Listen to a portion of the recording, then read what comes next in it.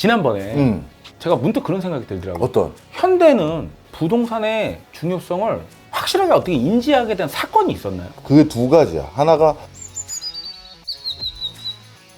이름만 들어도 설레이는 그런 동네. 그렇네. 네. 그렇지. 요즘 뭐 사람들이 오망이지. 그때 눈을 확 뜨고 그 뒤부터 현대에서는 앞으로 우리가 하고 싶은 사업은 마음대로 해 라고 할 정도의 과감한 의사결정을 할 수 있게 된 거야.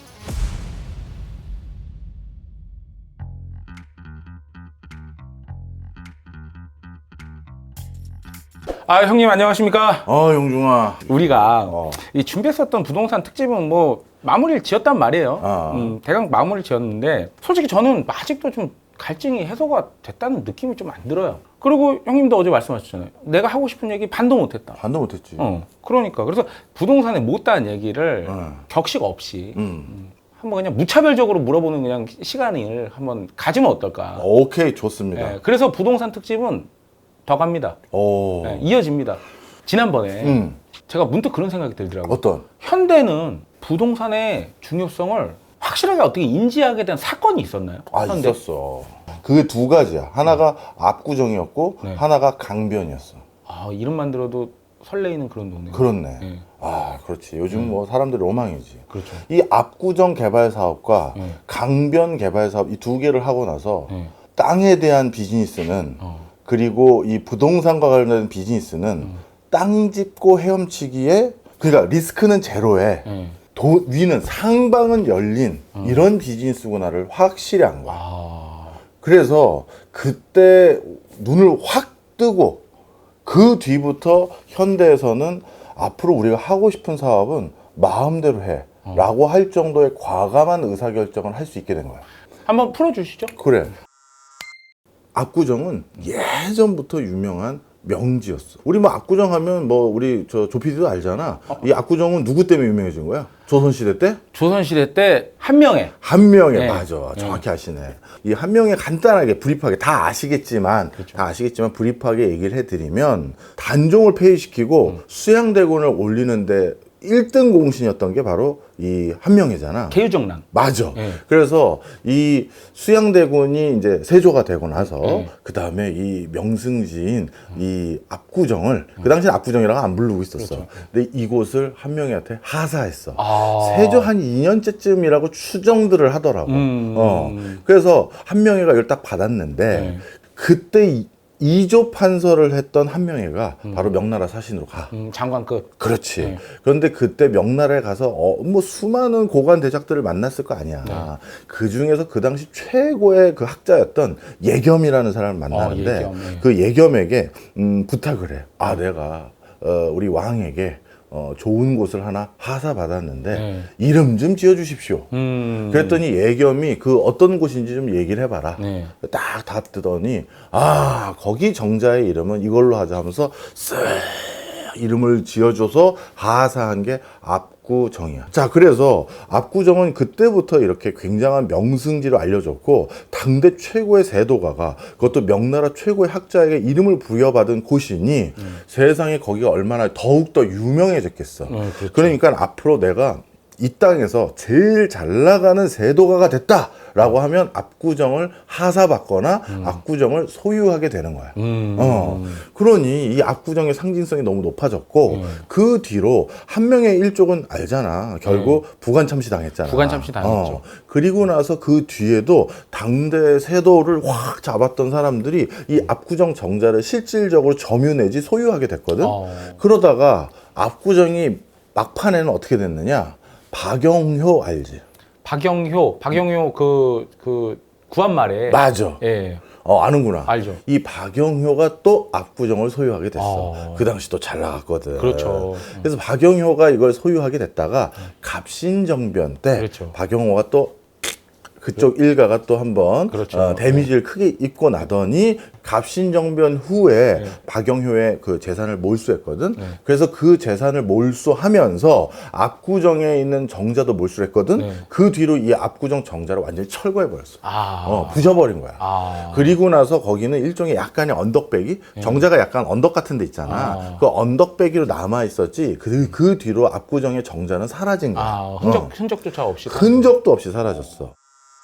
조선 한 400년 가까이 최고의 어떤 명당 자리 중에 하나가 압구정인데 그런데 드디어 해방 이후 본격적으로 서울 남쪽을 개발해야겠다. 이제 서울엔 더 이상 인구 포화 상태라서 도저히 불가능하다. 서울을 확장해서 서울 강남이라는 걸 개발해보자 했는데 원래 강남이라고 하면 비 오면 늪지대 같이 바뀌고 그리고 맨날 뭐 홍수 때문에 뭐 피해보고 그런 걸로 많이 알려져 있는데 삼성동에 그렇게 뱀이 많이 나왔대요. 맞아. 그런 정도로 원래 이 동네는 사람 사는 곳이 아니다. 요즘도 그래서 일정 수준 이상 비 오면 강남역일 때 어떻게 돼요? 역삼역 사거리에서 강남역 쪽으로 폭포수예요. 폭포수가 와, 네. 진짜. 네. 그나마 양재는 다시 올라가잖아. 네. 강남이 가만히 보면 이렇게 돼 있어. 네, 맞아요. 역삼부터 쭉 내려와서 이렇게 접시처럼 돼 있죠. 맞아. 네. 그러다 보니까 양재는 다시 좀 올라가고 네. 그래서 약간 올라간 언덕배기들 뭐 학동 쪽도 좀 올라가 있지. 학동 쪽 올라가죠. 그런 쪽 몇 개 빼고는 다 물살이 막 글로 몰리거든. 네. 그러니까 원래 거긴 사람 사는 곳 아니라고 다 인식이 많았어. 그런데 그런 사람 사는 곳 아니라고 인식되는 곳을 개발하려면 그나마 옛날부터 평판이 또는 인지도가 좋은 데를 먼저 개발해야겠지. 그래서 어디다? 압구정. 그래서 압구정을 먼저 개발하기로 국가에서 결정을 한 거야. 자, 그래서 압구정 쪽을 딱 이제 개발하기로 나서 우리나라의 대표적인 건설 회사라고 하는 데들을 불러 모았네. 그 중에 이제 현대건설이 있었겠지. 그래서 현대건설에게 압구정 쪽을 개발해봐라 이렇게 시작을 했는데 현대건설의 그 건설쟁이들도 장이들도 알거든. 아, 여기 비 오면 어디까지가 한강이고 어디까지가 땅인지를 몰라요. 비 많이 오면 여기까지 침범했다가 비 좀 덥게 오면 여기까지 되고 도대체 어디까지 하라는 거야. 뭐 수중 도시를 만들라는 얘기인지 뭐. 맞아. 그러다 보니까 그때 결국 방법이 없다. 국가한테 설득을 한 게 이거는 이 상태로는 개발이 안 되고 땅을 매립해야 됩니다. 이제 쌓아서 올려서 진짜 땅을 만들어야 진짜 땅을 만들어야 됩니다. 그런데 건설해서 땅을 만든다는 건 저기 멀리서 엄청난 흙, 모래, 자갈 등을 실어와야 되잖아. 그런 토목공사가 굉장히 난이도가 높다고. 그럼. 그래서 정부에다가 어떤 부탁을 했느냐? 지금은 없어진 섬이 하나 있어. 한강의 여의도 같은 섬이 또 있었어. 있었어요. 그게 바로 저자도라는 섬이야. 저자도 처음 들어봐요. 압구정에서 조금 떨어져 있는 곳 위에 바로 섬이 있었어. 저자도라는. 그렇게 해서 압구정을 딱 봤더니 비 많이 오면 강이었다가 비 안 오면 땅이었던 데는 소유주가 있겠어? 없죠. 없지. 그러면 그 땅을 매립하면 그건 다 누구 걸까? 서울시 또는 국가 거죠. 현대건설 거지. 현대건설이 주도해서 하면. 그렇지. 그렇죠. 갑자기 서울 한복판에 내 땅이 생기는 거야. 근데 그 땅을 만드는데 저 섬만 쓱 하면 그렇죠. 이건 돈도 잘 안 돼. 무에서 유를 창조하는 거네요. 그렇지. 그래서 그 당시 국가를 설득했어. 국가에서 원래 하천법이라는 게, 그러니까 하천이 뭔지, 이게 섬으로 봐야 될지, 아니면 섬이 아닌 걸로 봐야 될지, 이런 걸 규정해야 될 거 아니야. 그 규정을 하는 법이 1961년도에 만들어졌네. 그 하천법상에서도 저자도는 좀 애매한 면이 많았어.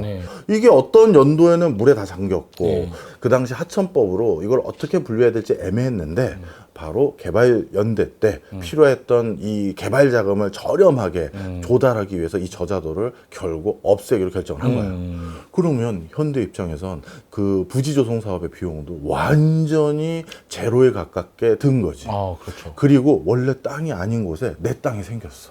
그것도 강변이라는 곳은 한참 어느 나라, 어느 대륙, 어느 도시에도 강이 보이는 곳의 아파트 단지, 주거 단지는 제일 비싸. 4대 문명이 다 강가에서 이루어졌다는 것만으로도 뭐. 그래도 건설회사에 재직하는 사람들이라면 공부하거든. 그래서 강 근처에는 좋은 정주 여건을 만들 수 있다. 아마 확신을 했겠지. 그리고 그 땅이 원래 주인 없는 땅이었다가 그렇죠. 그거를 드디어 비싼 값에 팔기 시작한다면 야, 이거는 뭐 엄청난 남는 장사인 거지. 그렇죠. 그럼 압구정 개발했으니까 어디 또 해야겠니? 강변역. 아, 강변. 바로 그 남능 장사를 한번 하고 나서 현대건설은 재개서열에서 또 한 번 2배 점프를 하는 거야. 그리고 이제부터 하는 얘기는 진짜 어떻게 보면 참 불편한 진실인데 네. 부동산 투기 덕분에 일정 부분은 우리나라가 비약적으로 발전한 것도 있어. 용준이 너가 네. 갑자기 인생의 승부를 걸 만한 어떤 사업 아이템이 생겼어. 네. 너 전 재산 박을 거야? 많은 고민을 하겠죠. 많은 고민을 하지. 그렇죠.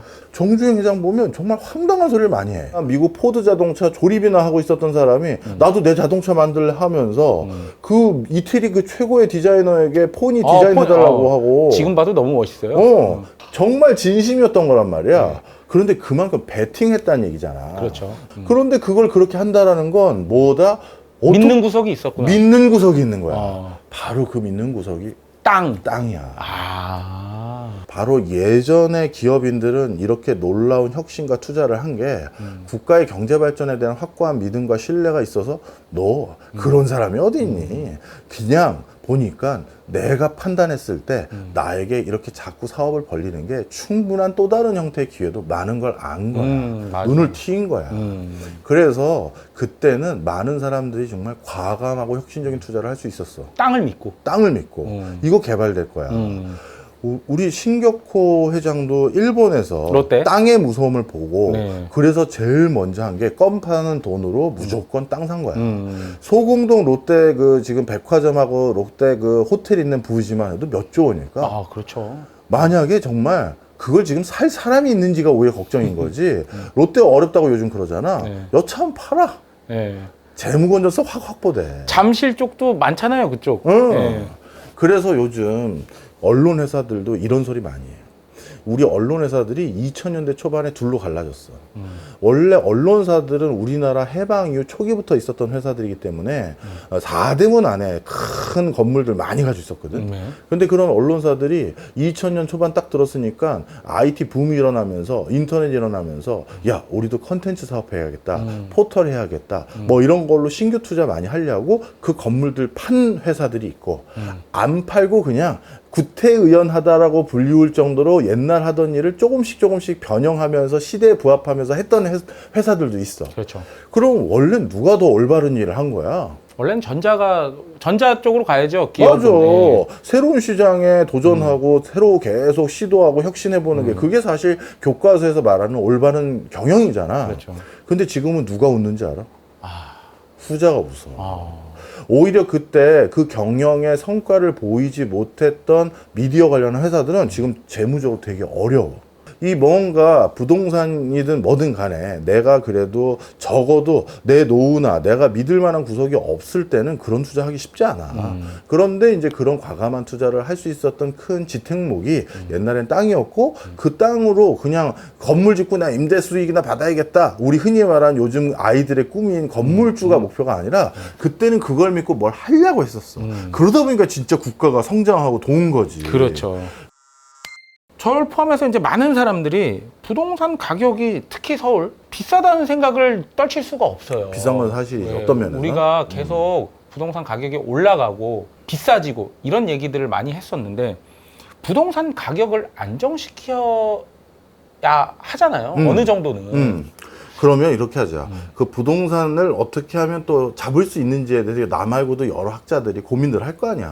저도 엄청 고민합니다. 그러면 떨어지는 방법에 대해서는 어떤 논의들이 있는지, 그리고 떨어지면 아무 문제 없는 건지, 이게 우리나라뿐만 아니라 일본이 우리의 미래라고들 하잖아. 일본과 같이 해서 한번 쭉 말을 해볼게. 다음 시간부터는 좀 그런 얘기 좀 합시다. 일본에 대한 우리가 오해부터 좀 풀었으면 좋겠다. 잃어버린 30년 때문에 일본 부동산이 계속해서 떨어진다. 우리가 알고 있는 게 요거지. 근데 그게 명확하게 사실과 좀 다른 부분도 있어. 일단 전체 땅값의 평균도 달라지기 시작했다. 이것들의 가격이 심상치 않은 게 아니라 꽤 올라갔어.